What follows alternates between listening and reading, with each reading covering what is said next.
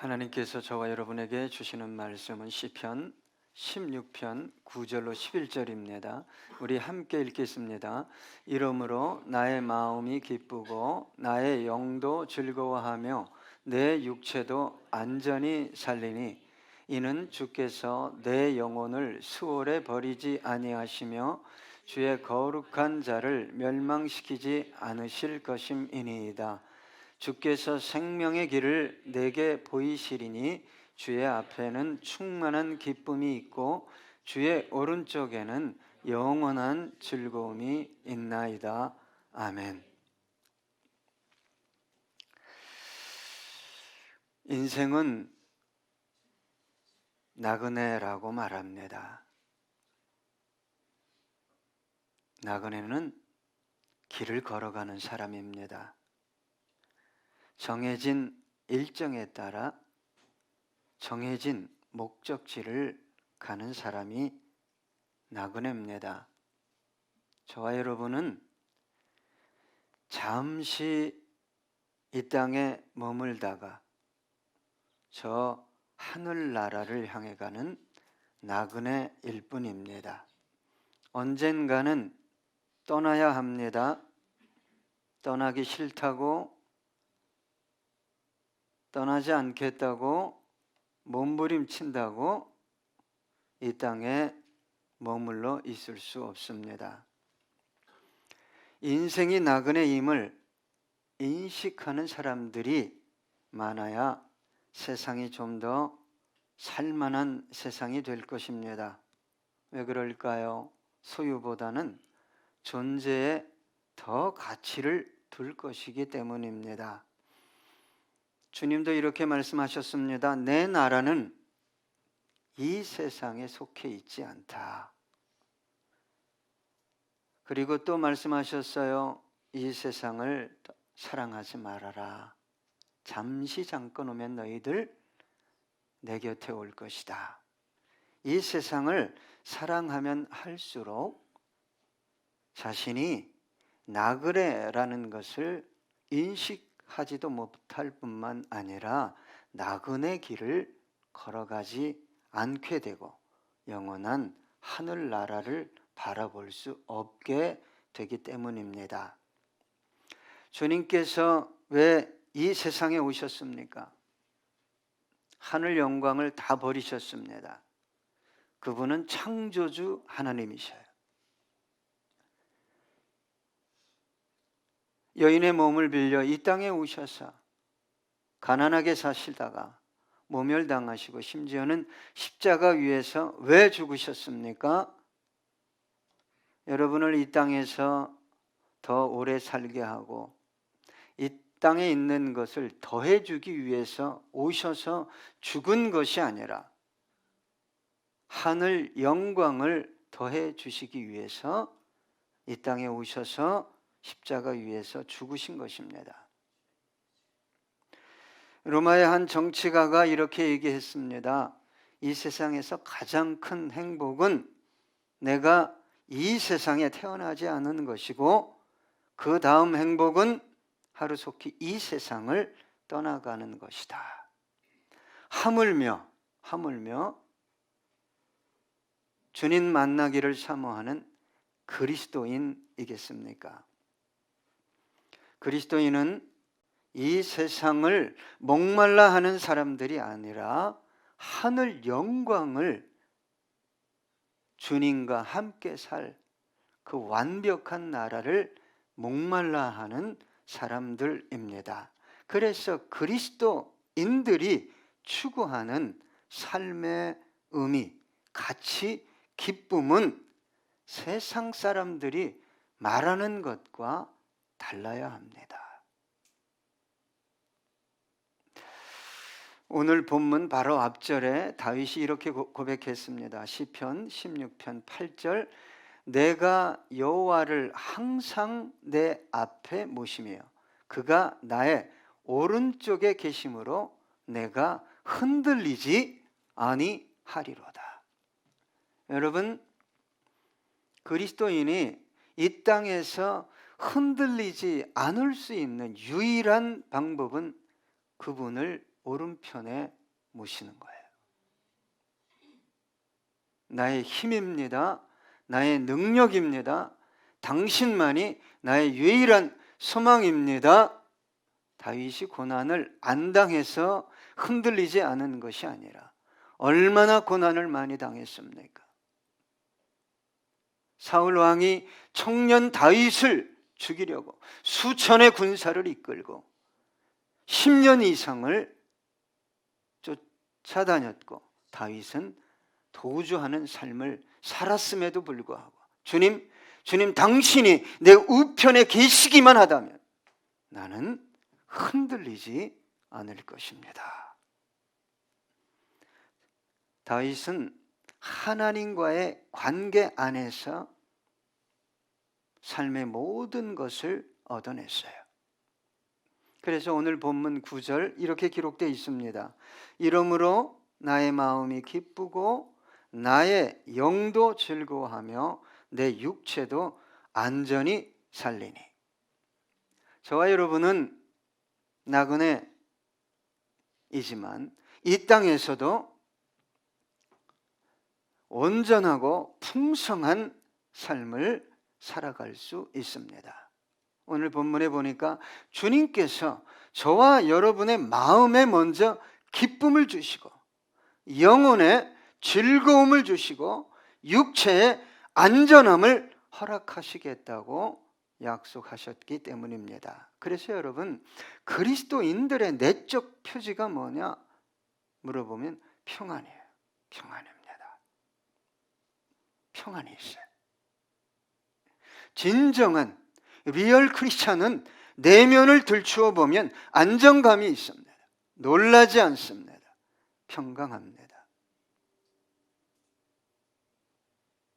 내가 못하는 것 주님이 하실 것이다 라는 믿음이 있기 때문입니다. 외적 표지는 뭐죠? 기쁨이에요. 기쁨이 있는 거예요. 내적으로는 평안이 있는데 그 평안이 무엇에 근거한 평안이냐? 마인드 컨트롤이 아닙니다. 믿음에 근거한, 진리에 근거한 확신이 내 안에 경험적으로 자리하고 있기 때문에 오는 평안을 말하는 것입니다.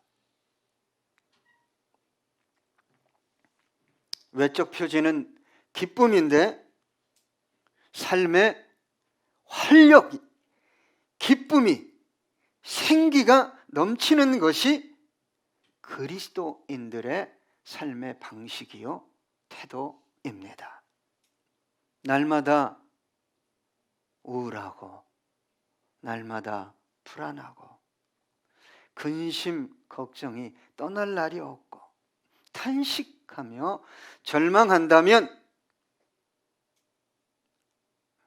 그런 삶은 주님께서 원하는 그리스도인의 삶은 아닐 것입니다. 다윗과 함께 하신 위험이 있습니다. 고난이 있어요. 과정에는 어려움이 있습니다. 아픔이 있어요. 그러나 결과적으로 때를 따라 돕는 그 하나님의 영광과 능력이 다윗과 함께 하셨듯이 저와 여러분과 함께 하실 것이기 때문에 그 믿음 때문에 평안한 겁니다. 그 믿음 때문에 웃는 거예요.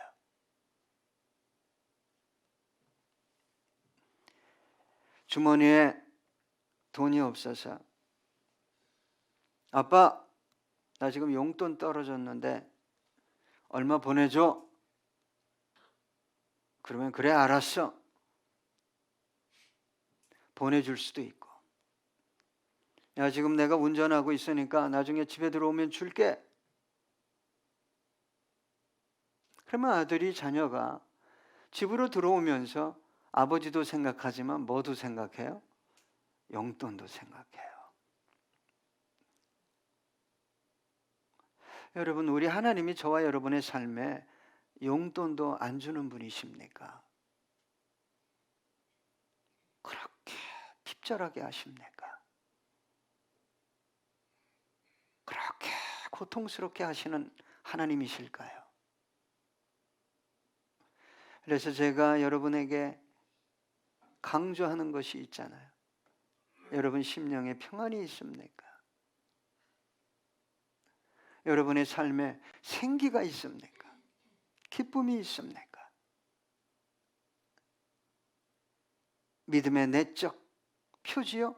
믿음의 외적 표지가 평안이요? 기쁨이기 때문에 그렇게 물어보는 것입니다. 사도 바울이 자신은 감금돼 있었어요. 요즘으로 얘기하면 교도소에 있었어요. 그런데도 서신을 통해서 항상 기뻐하라, 범사에 감사하라고 그랬어요. 왜 그렇게 말했을까요? 나그네의 삶을 인도하시는, 책임지시는 주님을 삶을 통해 경험했기 때문입니다. 여러분, 사도 바울이 이 앞치마가 있었잖아요. 앞치마를 가져다가 병자에게 얹으면 병이 났어요.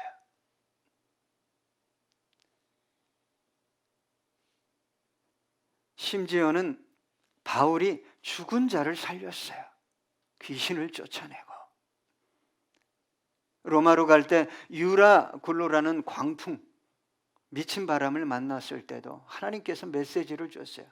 배에 타고 있는 276명 내가 너에게 붙였다 그랬어. 너에게 붙였다.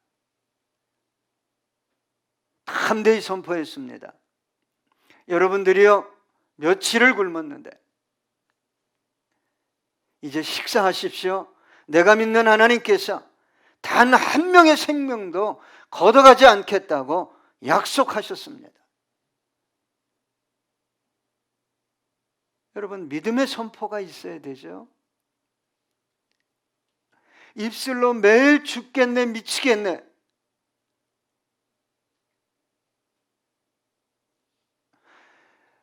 지금 유라굴로 광풍이 바울을 비롯해서 276명을 삼키려고 하고 있음에도 불구하고 바울이 뭘 믿었어요?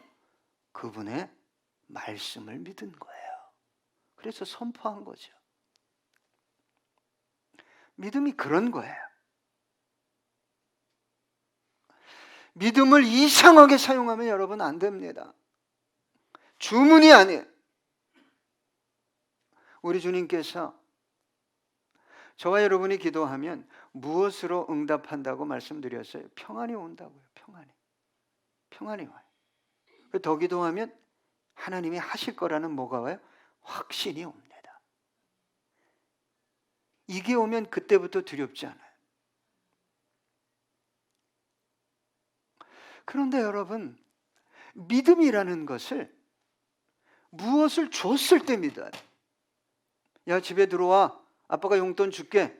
그랬더니 이 아들이 오면서 미치겠네. 용돈 줄까 안 줄까? 막 이런 소리를 하는 거야. 아빠는 못 들어도 하나님은 다 들어요. 그건 믿음 아니에요. 그러니까 자기 믿음을 점검해 보라고 제가 말씀드리는 거예요. 왜요? 네 믿음대로 될지어다. 네 믿음만큼 될지어다 라고 말씀하셨기 때문입니다.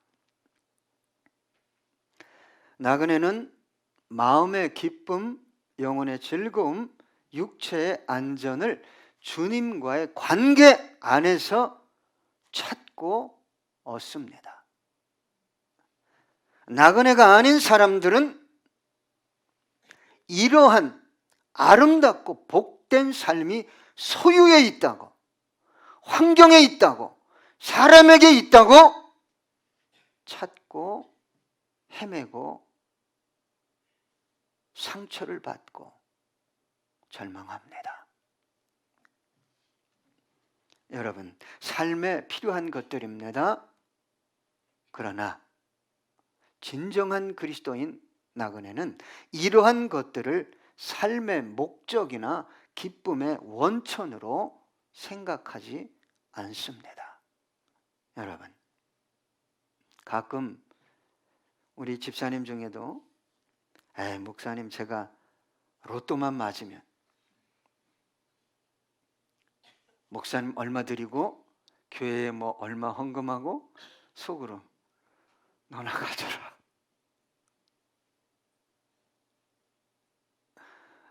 여러분, 진정한 그리스도인은 나그네는 주님과 함께하는 삶 속에서 주님 안에서 모든 것을 허락받고 나누는 사람이에요. 그래서 사도 바울이 내게 능력 주시는 자 안에서 내가 모든 것을 할 수 있다.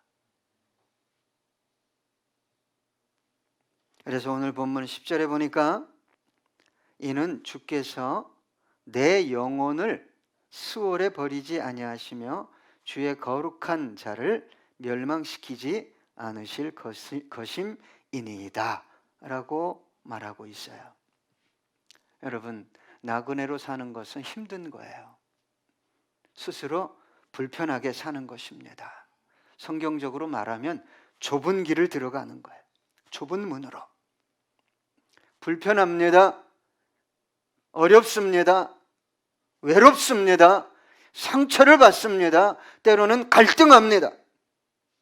그러나 오늘 본문 10절은 그런 나그네의 삶을 살아가는 그리스도인들의 삶을 인도하고 보호하시겠다고 말씀하고 있습니다. 버리지 않겠다. 멸망당하지 않게 하겠다. 마태복음 16장 8절로 12절입니다. 예수께서 하시고 이르시되 믿음이 작은 자들아 어찌 떡이 없으므로 서로 논의하느냐. 너희가 아직도 깨닫지 못하느냐. 떡 5개로 5,000명을 먹이고 주운 것이 몇 바구니며 떡 7개로 4,000명을 먹이고 주운 것이 몇 광줄이었는지를 기억하지 못하느냐. 어찌 내 말한 것이 떡에 관함이 아닌 줄을 깨닫지 못하느냐. 오직 바리새인과 사두개인들의 누룩을 주의하라 하시니 그제서야 제자들이 떡의 누룩이 아니요 바리새인과 사두개인들의 교훈을 삼가라고 말씀하신 줄을 깨달으니라. 여러분, 우리가 하나님을 믿는 것은, 주님을 믿는 것은 단순한 것을 믿는 것이 아닙니다.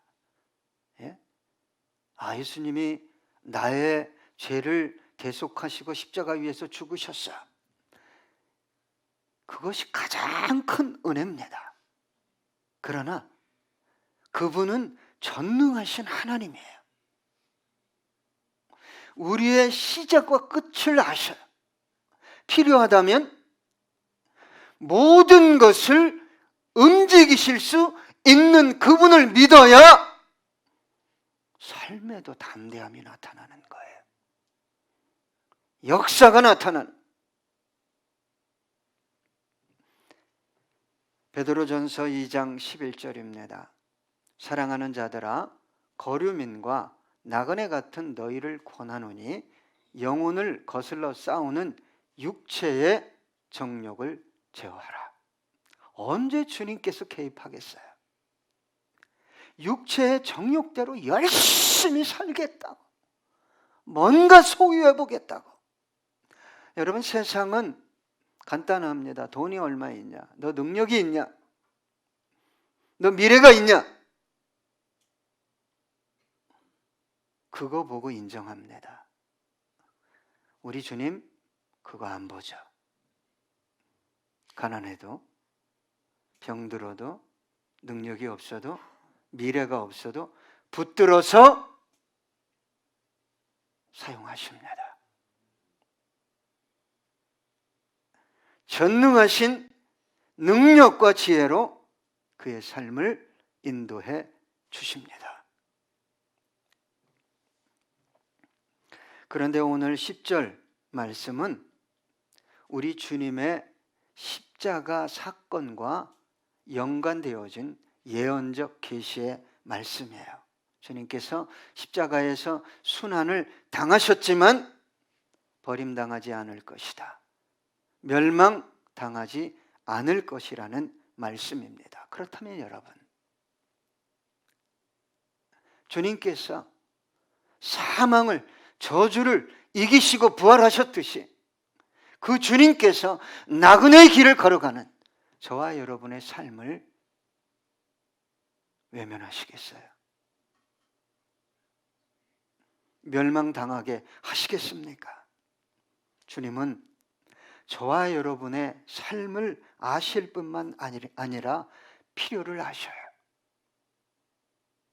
너에게 무엇이 필요한지, 앞으로 5년 후, 10년 후 필요한 것이 무엇인지 여러분 모릅니다. 저도 몰라요. 저와 여러분은 내일을 모릅니다. 우리 하나님은 영원 속에서, 영원이 뭡니까? 시간을 초월하는 거예요. 공간을 초월하는 거예요. 영원 속에서 순간에 나그네 길을 걸어가는 저와 여러분의 삶을 꿰뚫어 보시고 있어요. 그래서 아무것도 염려하지 말라, 걱정하지 말라, 근심하지 말라 그러는데 날마다 그 두려움을, 근심, 걱정을 묵상하네. 여러분, 어디에 믿음이 씨를 뿌려서 싹이 나서 감자가 되고 자라겠습니까? 예? 그걸 보셔야 된다는 거예요. 우리 주님이 종교적 열심을 볼까요? 정말 큰 착각입니다, 여러분. 그거 안 봅니다. 저와 여러분 중심에 그분을 향한, 오늘 세상에 종말이 온다 할지라도 정치인들도 그러대요. 당신 붙잡혀 가면 어떻게? 그래도 나는 오늘 사과나무를 심을 것입니다.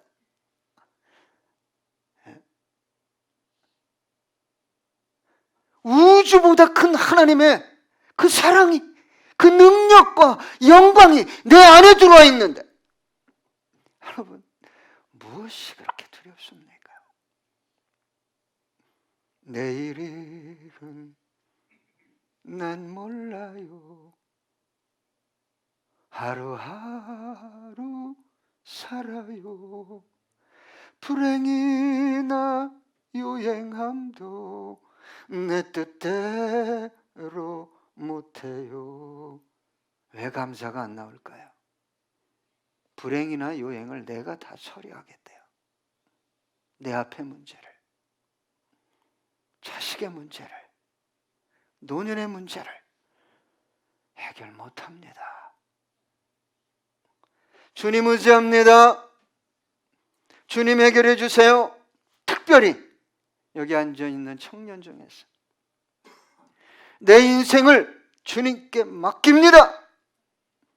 주님, 잘 모르겠지만 나를 사랑하시고 천지를 지으셨다는데 나 하나 인도 못하겠습니까? 도와주세요. 이런 고백하는 청년이 다였으면 좋겠지만 한 명이라도 있으면 얼마나 좋을까.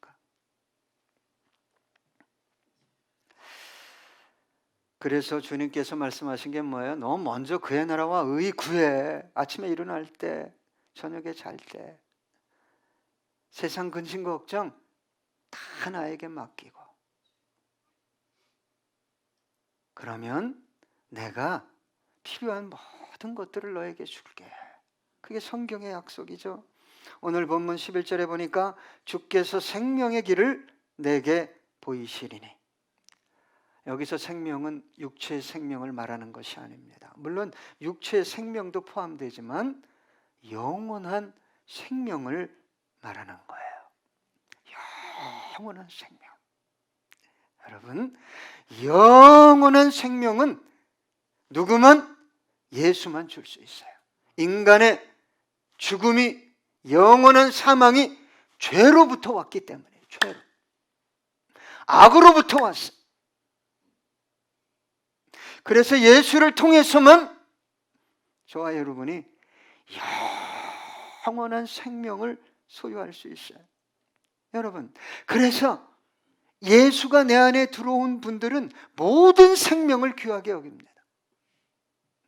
그렇다고 강아지를 사람만큼 사랑하진 않아요. 예, 어떤 분들은 사람 위에 놓기도 하는데 실수하는 겁니다. 여러분, 뉴스에서 봤죠? 러시아 공연장에서 테러를 일으켰어요. 그 총 쏘는 거 봤어요. 돈을 좀 받고 돈 준다고 하니까 사주 받아서 갈기면서 140명이 넘는 사람을 죽인 거예요. 뭐가 없으니까? 생명이 안에 없으니까. 근데 역으로 그 사람들은 자신의 자식이나 자신이 살고 싶겠죠. 그건 육신의 생명이에요. 육신의 생명이라는 것은 그 생명을 위한다는 것이 악으로 번져갈 수 있어요. 악으로, 사악함으로. 그러나 우리 예수님의 생명은 희생으로, 섬김으로, 사랑으로 번져갑니다. 나를 내주는 거예요. 그래서 여러분, 믿음의 눈이 열려서, 여러분 믿음의 눈이 열려 있습니까? 예? 영의 눈이 열려서 생명의 길을 본 사람들은 무엇을 준다 할지라도 이 길을 포기하지 않아요. 나그네의 길을 포기하지 않습니다. 사탄은요, 매 순간 속삭입니다. 야, 너 왜 그렇게 골치 아프게 사냐? 너 왜 미련하게 사냐? 야, 주말인데 좀 놀러가! 저도 가고 싶어요. 속으로 그럴 거예요. 목사님, 저도 놀러가. 그래, 1년에 한두 주는 제가 봐줄게요. 제발 여행 가세요. 방구석에 앉지 말고. 돈이 없으면 보따리 싸들고 걸어서라도 자연을 보며 바다를 보며 강을 보며 밤하늘을 보며 별들을 보며 바람 부를 때도 하나님 감사합니다. 모든 게 감사해요. 제가 지난주에 동경 갔다 왔잖아요. 아유, 동경에는 한복판도 얼마나 공기가 맑은지 전 일본 샘나는 거 없어요. 공기가 너무 맑은 거야. 그래서 하나님, 그래도 감사해야 되겠지만 중국에서 너무 뭐가 많이 날라와요. 우리나라 공기도 좀 맑았으면 좋겠어요. 그렇게 고백하고 왔어요. 어디에서? 긴자에서. 전통시장도 참 다녀왔어요. 참 보기 좋더라고요. 일본 사람들은 잘 안 바뀝니다. 예, 이 정치가 바뀌고 정권이 바뀌어도 그냥 잘 안 바뀌어요. 가슴 아픈 거는 우리나라는 여기가 바뀌면 막 밑에도 바뀌고 여기가 싸우면 막 여기도 싸우고. 그러지 마세요. 거기에 성경이 말하는 생명 없어요. 생명 없어요.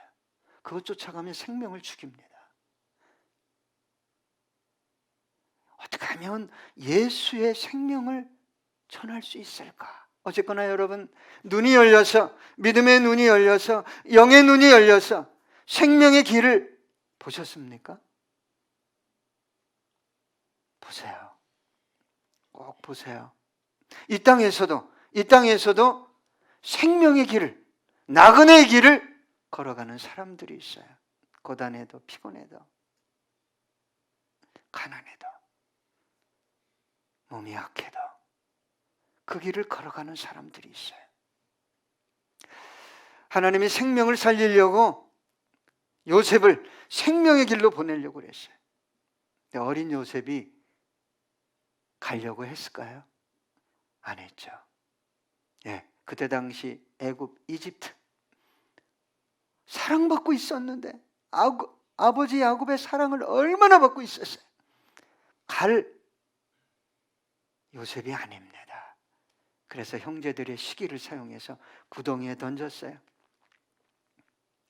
유다와 르벤을 사용해서 야, 죽여서 뭐하냐, 우리 팔아먹자. 그래가지고 이스마엘 대상, 이집트를 왕래하며 무역하는 그들에게 은 30 주고 팔았어요. 그리고 하나님이 또 누구를 예배했어요? 예, 바로의 경호실장 보디발. 그 보디발이 사갔어요. 일을 잘해서 거기서 총무가 됐어요. 가정 총무, 노예의 장이 됐어요. 근데 누가 유혹했어요? 보디발의 아내가. 네, 믿음으로 살았어요. 청년들이요, 믿음으로 사십시오. 믿음으로 살아야 돼요. 그랬더니 그냥 그 보디발의 아내가 사랑이 아니잖아요. 그건 괘씸한 놈. 그리고 감옥에 집어넣고 마지막에 술 맡은 관원장이 꿈을 꿔요. 당신은 3일 만에 복직할 겁니다. 떡 맡은 관원장, 당신은 3일 만에 바로의 생신 탄신일에 목이 잘릴 겁니다. 그대로 됐어요. 그 다음에 하나님께서 누구에게 꿈을 줘요? 바로에게. 해석이 안 돼요. 해석이. 그러니까 술 맡은 관원장이 왕이시여, 죄송합니다. 제가 잘못했을 때, 감옥에 갇혀 있었을 때 한 히브리 청년이 있었는데 이 친구가 꿈이란 꿈은 다 해석합니다. 그러냐, 불러와라. 꿈을 해석합니다. 이 땅에 놀랍게 7년의 풍년이 될 것입니다. 그리고 후에 7년의 기근이 될 텐데 이전 7년 풍년을 잊어버리는 기근이 올 것입니다. 대비하십시오. 소리를 들어보니까 기가 막혀요. 그래서 바로가 요셉을 뭘로 세웁니까? 총리로 세워요. 여러분, 이 얘기를 설교 마무리에 제가 왜 길게 할까요? 똑똑한 그리스도인들이 너무 많아요. 생명의 길로 태인이를 이끌어 가려고 그러는데 매일 기도하는 거예요. 700만 원 받게 해주세요. 그리고 매일 또 기도하네. 일은 좀 작게 해주세요.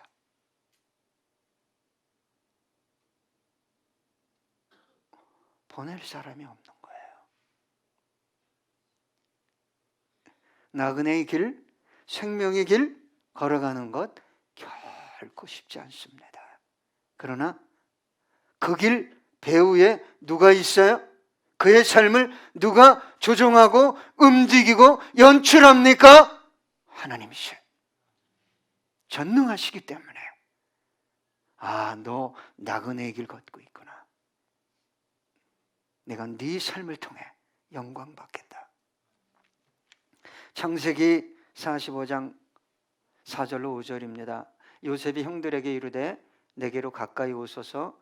그들이 가까이 가니 이르되 나는 당신들의 아우 요셉이니 당신들이 애굽의 판자라. 당신들이 나를 이곳에 팔았다고 해서 근심하지 마소서. 한탄하지 마소서. 하나님이 생명을 구원하시려고 나를 당신들보다 먼저 보내셨나이다. 생명이에요. 청년들이요, 어떻게 하면 생명을 살릴 수 있을까? 내 육체의 생명을 위해서만 살지 말고 잘 되길 바래. 축복하고 있어. 같은 장 7절로 8절입니다. 하나님이 큰 구원으로 당신들의 생명을 보존하고 당신들의 후손을 세상에 두시려고 나를 당신들보다 먼저 보내셨나니 그런즉 나를 이리로 보낸 이는 당신들이 아니요 하나님이시라. 하나님이 나를 바로에게 아버지로 삼으시고 그 온 집에 주로 삼으시며 애굽 온 땅의 통치자로 삼으셨나이다. 이 생명의 길을 만약에 요셉이 걷지 않고 힘을 가졌다면 다 죽었어요. 형제들은 다 죽었어요. 생명의 길을 걸으면서 그 자리에 올라가니까 하나님이 형제들의 시기 질투, 나를 구덩이에 집어넣고 어떻게 나를 인신매매, 그게 다 이해가 되는 거예요. 다 용서가 되고 보디발의 아내도 용서하고. 할렐루야. 그런 길을 걸어가는 저와 여러분 되기 원합니다. 그래서 11절에 결론적으로 이렇게 말씀하고 있어요. 주의 앞에는 충만한 기쁨이 있고 주의 오른쪽에는 영원한 즐거움이 있나이다. 우리 끝으로 함께 이 찬양하시겠습니다.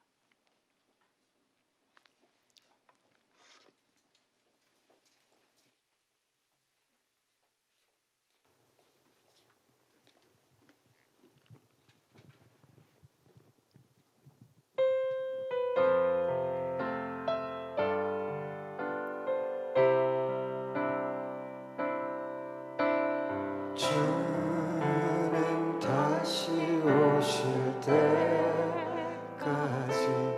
나는 이 길을 가리라.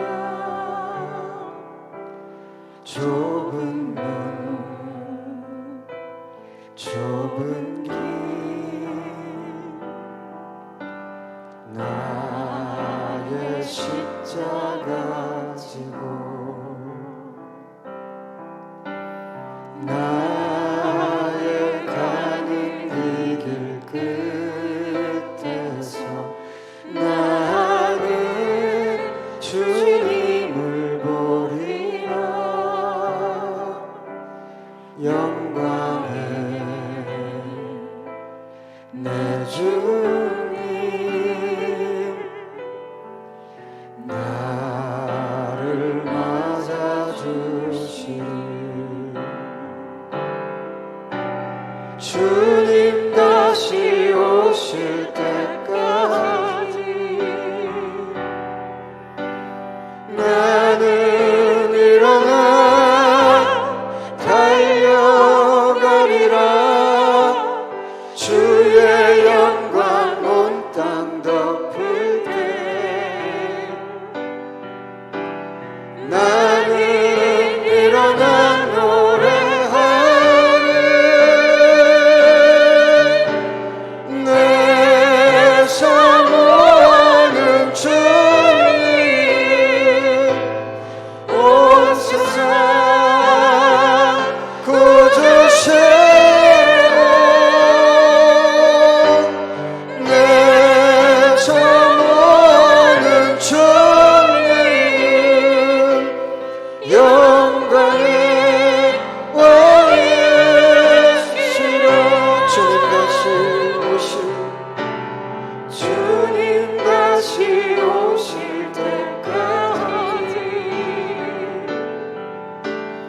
나는